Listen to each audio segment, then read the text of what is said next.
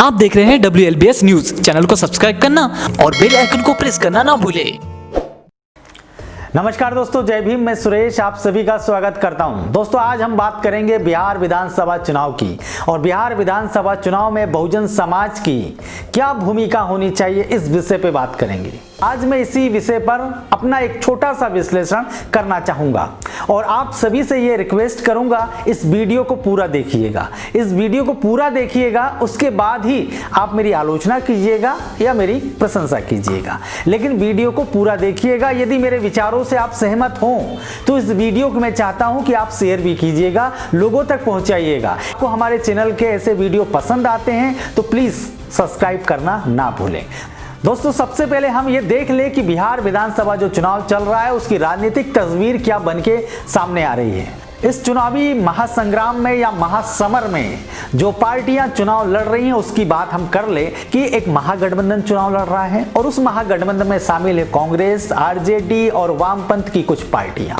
महागठबंधन का मुकाबला मुख्य तौर पर एनडीए के साथ में, एनडीए में शामिल है भाजपा, एक हम नाम की पार्टी है जिस जीतन राम मांझी जो कि बिहार के पूर्व मुख्यमंत्री रह चुके हैं, और साथ में है नीतीश कुमार। उसके अलावा बसपा, उपेंद्र कुशवाहा की पार्टी और ओवैसी की पार्टी एक गठबंधन के रूप में सामने इस चुनावी मैदान में है।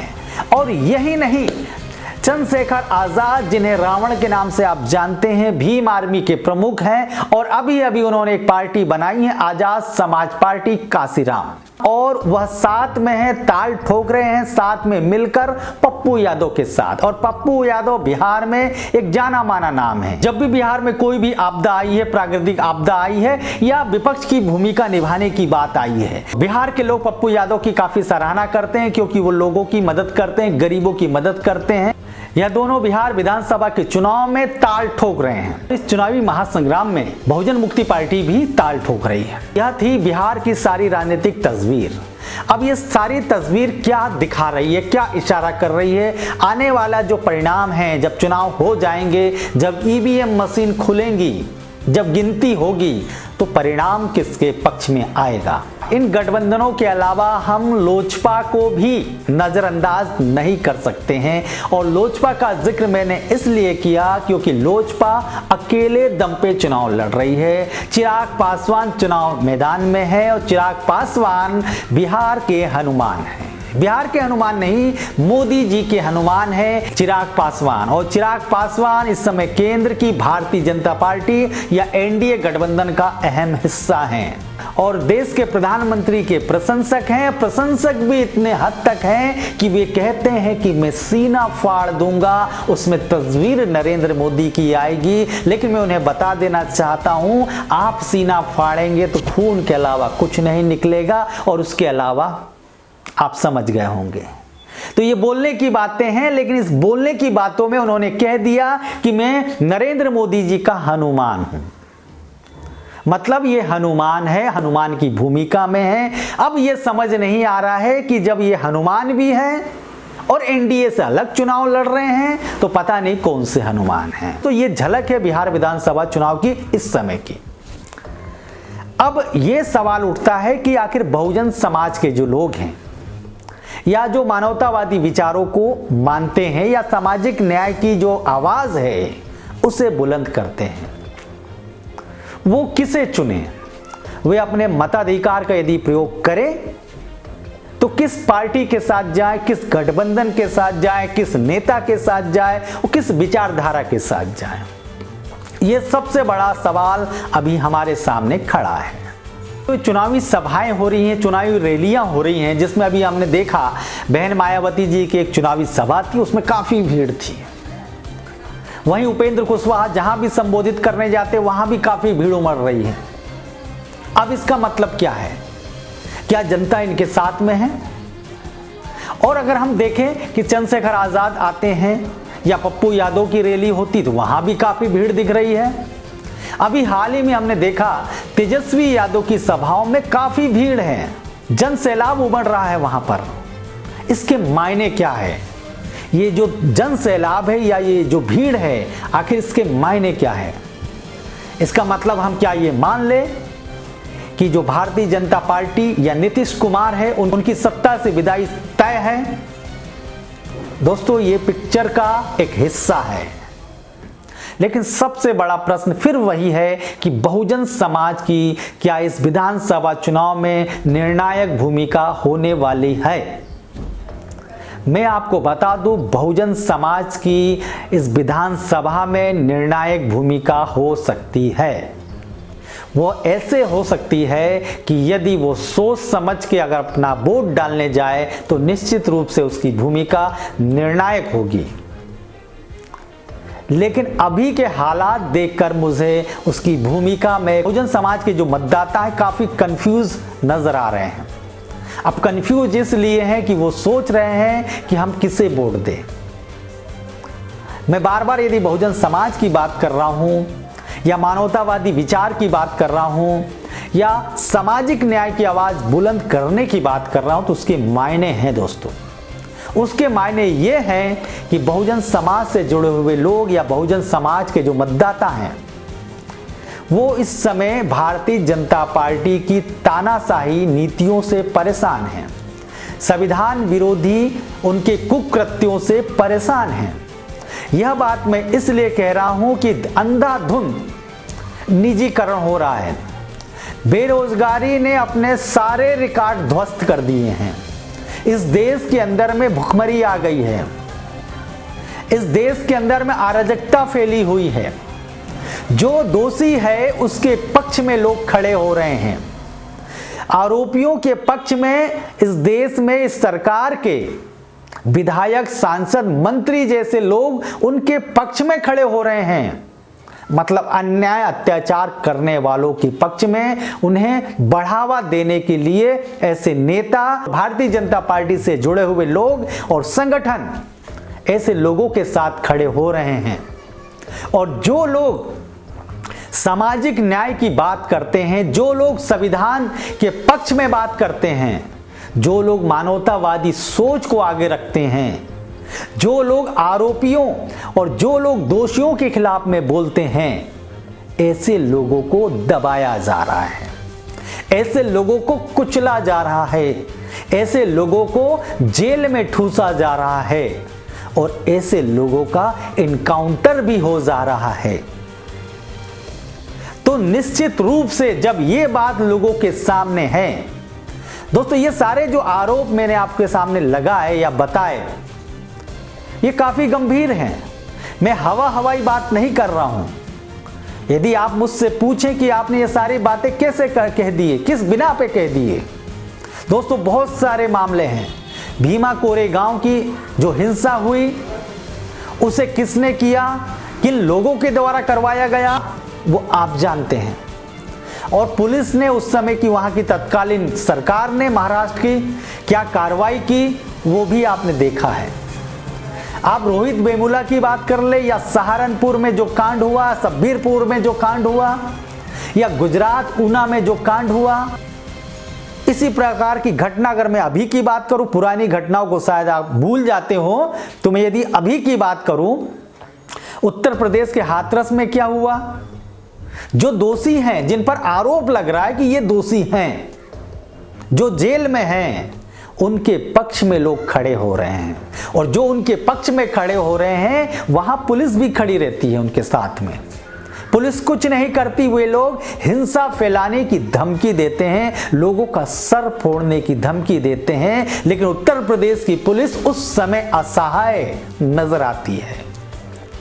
लेकिन जब विपक्ष के लोग जब वहां जाते हैं, उस घटना स्थल पर जाते हैं और दोषियों के खिलाफ में आवाज बुलंद करते हैं, अन्याय के खिलाफ में आवाज बुलंद करते हैं, अत्याचार के खिलाफ में आवाज बुलंद करते हैं, उसमें राजनीतिक दल भी रहते हैं या सामाजिक संगठन के लोग जब जाते हैं, जब ये सब काम करते हैं, तो पुलिस उनके खिलाफ में डंडे चलाती है, पुलिस उन्हें जेल में ठूसती है और पुलिस उन पर मुकदमा ठोक देती है। तो इसका मतलब क्या है? इसका मतलब साफ साफ नजर आ रहा है कि इस देश के अंदर में यदि आप सच के लिए बोलोगे तो आपकी आवाज को बंद कर दिया जाएगा।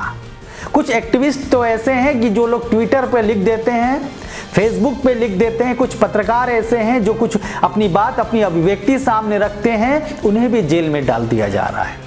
ऐसे कई नाम हैं मैं सबका जिक्र नहीं कर सकता क्योंकि वीडियो काफी लंबा हो जाएगा। तो दोस्तों इसका मतलब यही है कि ये जो भीड़ जो नजर आ रही है चंद्रशेखर आजाद या पप्पू यादव की रैली में, या मायावती जी की अभी जो चुनावी सभा हुई, ओवैसी की जो चुनावी सभा हुई, उपेंद्र कुशवाहा जी भाई हो रही हैं, इस प्रकार महागठबंधन की रैलियों में या सभाओं में जो भीड़ सामने आ रही है, उसका मतलब ये तो साफ है, बिहार के लोग ये चाहते हैं भाजपा की विदाई हो, बिहार के लोग ये चाहते हैं नीतीश कुमार की सरकार की विदाई हो, और बिहार के लोग इस बात से भी गुस्से में हैं कि जो लॉकडाउन हुआ, जो कोरोना संकट इस देश में अभी चल रहा है, खत्म नहीं हुआ। उस समय बिहार के लोग, उत्तर प्रदेश के लोग, पूरे भारत के अन्य प्रदेशों के लोग किस प्रकार 1000, 2000, 3000 किलोमीटर की यात्राएं करने के लिए, पैदल यात्राएं करने के लिए मजबूर थे।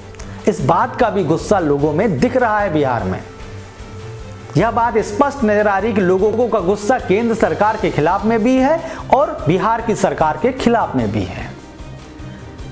अब फिर वही सवाल उठ जाता है कि ये गुस्सा अगर है उनके खिलाफ में, क्या ये वोटों में तब्दील होगा? क्या जब परिणाम आएंगे तो क्या वाकई में बिहार की जो सत्ता में जो अभी काबिज हैं वो सत्ता से बाहर हो जाएंगे? दोस्तों मुझे निश्चित रूप से अभी जो चल रहा है उसके कारण मुझे ऐसा लग रहा है कि जो मतदाता हैं वो कंफ्यूज हो गए हैं, या जो अलग अलग जो पार्टी जो चुनाव लड़ रही है बिहार में, जो विपक्ष है बिखरा हुआ है, के कारण भारतीय जनता पार्टी और नीतीश कुमार की जो पार्टी है जेडीयू, वो बढ़त में है या फायदे में है? वो बढ़त या फायदे में इसलिए ये कोई भी कह सकता है कि जहां बिखरा हुआ विपक्ष है वहां जो सत्ताधारी दल होता है उसका फायदा होता है, ये साफ बात है, ये बात स्पष्ट है। तो आपको क्या करना चाहिए? अब आपको ये निर्णय लेना है कि एनडीए गठबंधन सत्ता से बेदखल कैसे होगा। क्या आप उपेंद्र कुशवाहा, बसपा या असदुद्दीन ओवैसी की जो पार्टी है उसके जो कैंडिडेट हैं उन्हें वोट देंगे तो एनडीए गठबंधन क्या वाकई में सत्ता से बेदखल होगा? या फिर पप्पू यादव की जो पार्टी है या चंद्रशेखर आजाद की जो पार्टी है या कुछ अन्य जो पार्टियां एनडीए के खिलाफ में ताल ठोक रही हैं उनके कैंडिडेट को भी वोट देंगे? तो उससे इनको नुकसान होने वाला है क्या, सत्ताधारियों को? और कुछ लोग आरजेडी या कांग्रेस या अन्य जो दल है वामपंथी उनके कैंडिडेट को वोट देंगे, तो क्या एनडीए को नुकसान हो सकता है? तो क्या आप एनडीए को सत्ता से बाहर कर सकते हैं? दोस्तों मुझे ऐसा लग रहा है कि आप कहीं ना कहीं अप्रत्यक्ष रूप से भाजपा का साथ दे रहे हैं, कहीं ना कहीं आप अप्रत्यक्ष रूप से नीतीश कुमार को चौथी बार मुख्यमंत्री बनाने के लिए काम कर रहे हैं। अब ये बात मैंने इसलिए कहा क्योंकि आप बिखरे हुए हैं, वोट ईवीएम में बिखरे हुए जाएंगे। हालांकि ईवीएम के बारे में ज्यादा नहीं कहना चाहता हूं, कहीं ना कहीं आपके वोट एक मुस्त सत्ता के खिलाफ में जाना चाहिए। अब ईवीएम क्या परिणाम लाता हो एक अलग बात है। बहुजन समाज के मतदाताओं से मैं ये कहना चाहता हूं, मैं आपसे ये जानना चाहता हूं कि बिहार की राजनीति में, बिहार विधानसभा जो चुनाव हो रहे हैं, इसमें भाजपा एनडीए को सबसे बड़ी चुनौती कौन सा दल देने वाला है, कौन सा गठबंधन देने वाला है? मैं अपनी राय आपको बता देना चाहता हूं। मेरी राय यह है, उपेंद्र कुशवाहा, बसपा या ओबीसी की जो पार्टी है वो उसका जो गठबंधन है वो कोई खास मुकाबला एनडीए से नहीं कर पा रहा है, उसका प्रदर्शन उतना संतोषजनक नहीं होगा। वहीं अगर आप चंद्रशेखर आजाद की पार्टी या पप्पू यादव की पार्टी है उसके बारे में भी बता दूं, उसे अगर आप वोट देंगे, उनके कैंडिडेट को वोट देंगे तो उससे भी कोई फर्क नहीं पड़ने वाला है एनडीए की सेहत पे, बल्कि उसे फायदा होने वाला है, क्योंकि आपका जो वोट है बट गया, डिवाइड हो गया। तो क्या महागठबंधन को वोट नहीं जाएगा क्या? मैं आपको बता दूं, ये कड़वी सच्चाई है। बिहार की राजनीति में इस समय सबसे बड़ा राजनीतिक दल है, जो प्रभावशाली है, जो लोकप्रिय है, जिसकी पहुंच गांव तक है बिहार के, उस पार्टी का नाम है आरजेडी। तो आरजेडी को भी वोट मिलेंगे, लेकिन जो वोट उसे एक मुश्त मिलने वाले थे वो इधर बढ़ जाएंगे। कुछ चंद्रशेखर आजाद, पप्पू यादव के गठबंधन को जाएंगे, कुछ वोट निश्चित रूप से बहन जी के या कुशवाहा जी या ओबीसी जी की पार्टी को जाएंगे। ये वोट तो डिवाइड हो गए। और एक और हिडन तस्वीर है जो हमें नजर नहीं आ रही। मैं बात कर रहा हूं लोजपा या चिराग पासवान की। यहां जाति फैक्टर काम करता है, पूरे देश में काम करता है, ये बात आपको बता दूं। आप कहेंगे कि जाति समीकरण की बात कहां से कर रहे हैं, लेकिन बिहार में तो बहुत ज्यादा काम करता है, ये बात भी सत्य है। तो जो चिराग पासवान की जाति से संबंधित जो मतदाता हैं वे भी अधिकांश लोग उन्हें वोट देने वाले हैं। तो आपको मैं ये बता दूं, जो चिराग पासवान की जो जाति के लोग हैं, शेड्यूल कास्ट के हैं, शोषित समाज से हैं, वंचित तबके से आने वाले लोग हैं, वे भी जानते हैं कि बिहार के अंदर में नीतीश कुमार की सरकार ने या केंद्र सरकार ने उनके साथ भी क्या किया। कहीं ना कहीं भाजपा और नीतीश कुमार की नीतियों से नाराज हैं। इसलिए मुझे लगता है चिराग पासवान को एक प्लानिंग के तहत गठबंधन से अलग दिखाया जा रहा है। लेकिन आपको पहले ही बता दिया वो गठबंधन से अलग नहीं है, वो देश के प्रधानमंत्री जी के हनुमान हैं। वो सीना फाड़ते हैं तो उसमें मोदी जी नजर आते हैं, ऐसा वो बताते हैं। तो अलग चुनाव लड़ रहे हैं, वो उनकी एक प्लानिंग है, रणनीति है। तो यहाँ पे नुकसान ये हो रहा है कि जो बहुजन समाज का जो वोट है ये चारों तरफ बिखर जा रहा है, लेकिन जो सत्ताधारी दल है उसका वोट नहीं बिखरेगा, उससे फायदा होने वाला है। उसका वोट नहीं बिखरेगा तो निश्चित रूप से उसका फायदा होगा। तब आपको यह तय करना है कि आपको करना क्या है। आप ये कहेंगे कि सुरेश भाई जो सामाजिक न्याय की आवाज़ बुलंद करते हैं जैसे बहन जी या बहुजन समाज पार्टी, आप उसके खिलाफ में बात कर रहे हैं, या उपेंद्र कुशवाहा जी के खिलाफ में बात कर रहे हैं, या भीम आर्मी के प्रमुख चंद्रशेखर या पप्पू यादव के खिलाफ में बात कर रहे हैं कि आप ये कह रहे हैं कि आप उन्हें वोट मत दो। हाँ, मैं ये कह रहा हूं इस चुनाव में आप उन्हें वोट मत दो। आपका वोट जाना चाहिए महागठबंधन को, आपका वोट जाना चाहिए तेजस्वी के नेतृत्व में। गठबंधन इस समय भाजपा के सामने कड़ी टक्कर दे रहा है और वही भाजपा या नीतीश कुमार की जो जेडीयू है उसे हराने में सक्षम नजर आ रहा है। ये धरातल की रिपोर्ट है, ये हकीकत है कि आप जो बिखरे हुए हैं, आपके जो वोट इस समय बिखरे हुए हैं, वो वोट उनके साथ जाना चाहिए। अब आप ये कहेंगे कि तेजस्वी कांग्रेस के साथ गठबंधन में हैं और भाजपा और कांग्रेस दोनों ब्राह्मणवादी पार्टी है, तो फिर हम तेजस्वी को वोट क्यों दें। तो दोस्तों मैं आपको ये बात स्पष्ट कर दूं कि जो आरजेडी है या आरजेडी का जो नाम पूरे देश के अंदर में लोकप्रिय हुआ या लोग जानते हैं या परिचित हैं, वो निश्चित रूप से लालू प्रसाद यादव जी के कारण। लालू प्रसाद यादव जी मंडल योद्धा यदि हम कहें तो ये अतिशयोक्ति नहीं होगी। सामाजिक न्याय की जो आवाज़, बुलंद आवाज़ जो हमेशा उन्होंने उठाई है वो लालू प्रसाद यादव हैं। आज वो बिहार विधानसभा चुनाव में नजर नहीं आ रहे क्योंकि वे मजबूर हैं, जेल में हैं, और तेजस्वी के अंदर नेतृत्व की काफ़ी क्षमताएं नजर आ रही हैं। और कांग्रेस का जो वामपंथी पार्टियां हैं उनका कॉमन मिनिमम प्रोग्राम के तहत गठबंधन हुआ है। कांग्रेस, आरजेडी और वामपंथी जो कुछ पार्टियां हैं उनका जो गठबंधन है, जिसे हम महागठबंधन कह रहे हैं, उनका एक साझा न्यूनतम कार्यक्रम है, उसके तहत गठबंधन हुआ है। और मैं आपको ये बात स्पष्ट कर दूं, ये दावे के साथ कह सकता हूं, आप चाहे तो लिख लें, जब यदि इनकी सरकार सत्ता में आएगी तो भारतीय जनता पार्टी का नेतृत्व जिस प्रकार देश में चल रहा है या भारतीय जनता पार्टी के सहयोग में जिस प्रकार से बिहार की सरकार काम कर रही है, उससे बदतर काम ये नहीं करेंगे। उससे घटिया काम, उससे ज़्यादा तानाशाही ये लोग नहीं कर सकते हैं। इस बात को मैं दावे के साथ कह सकता हूं कि आप अगर इन्हें वोट देंगे, जिन गठबंधनों की बात मैंने कर चुका हूं, उससे आपको कुछ हासिल होने वाला नहीं है, क्योंकि वे सत्ता में काबिज होने वाले नहीं हैं। इन्हें तो सबको मिलकर चुनाव लड़ना था, लेकिन अंतोगत्वा उन्होंने निर्णय लिया कि अलग अलग बिखर बिखर कर लड़ने का।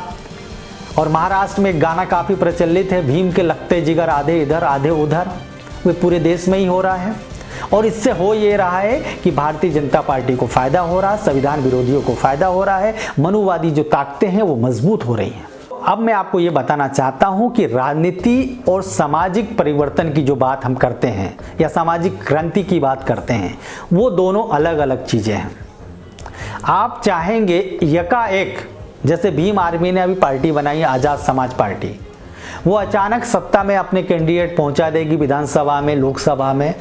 ये इतना आसान नहीं है, ये रातों रात होने वाला काम नहीं है, इसमें काफ़ी समय लग जाता है। बसपा जो है एकदम से देश में राष्ट्रीय स्तर की पार्टी नहीं बनी है। काशीराम जी ने और उनके सहयोगियों ने सबसे पहले इस देश के अंदर में सामाजिक क्रांति का जो मिशन होता है उसे चलाया, उसे मजबूत किया। जब वो मजबूत हो गया तब जाके बसपा एक राजनीतिक पार्टी बनी, तब लोगों ने उसे अपनी पार्टी माना। तो अब ये सवाल उठता है कि बिहार के अंदर में जब बसपा की एंट्री हो गई है तो लोग बसपा को वोट क्यों ना दें। बहन जी, बिहार के अंदर में अभी जो चुनावी सभा हुई है उसके पहले कब गए थे?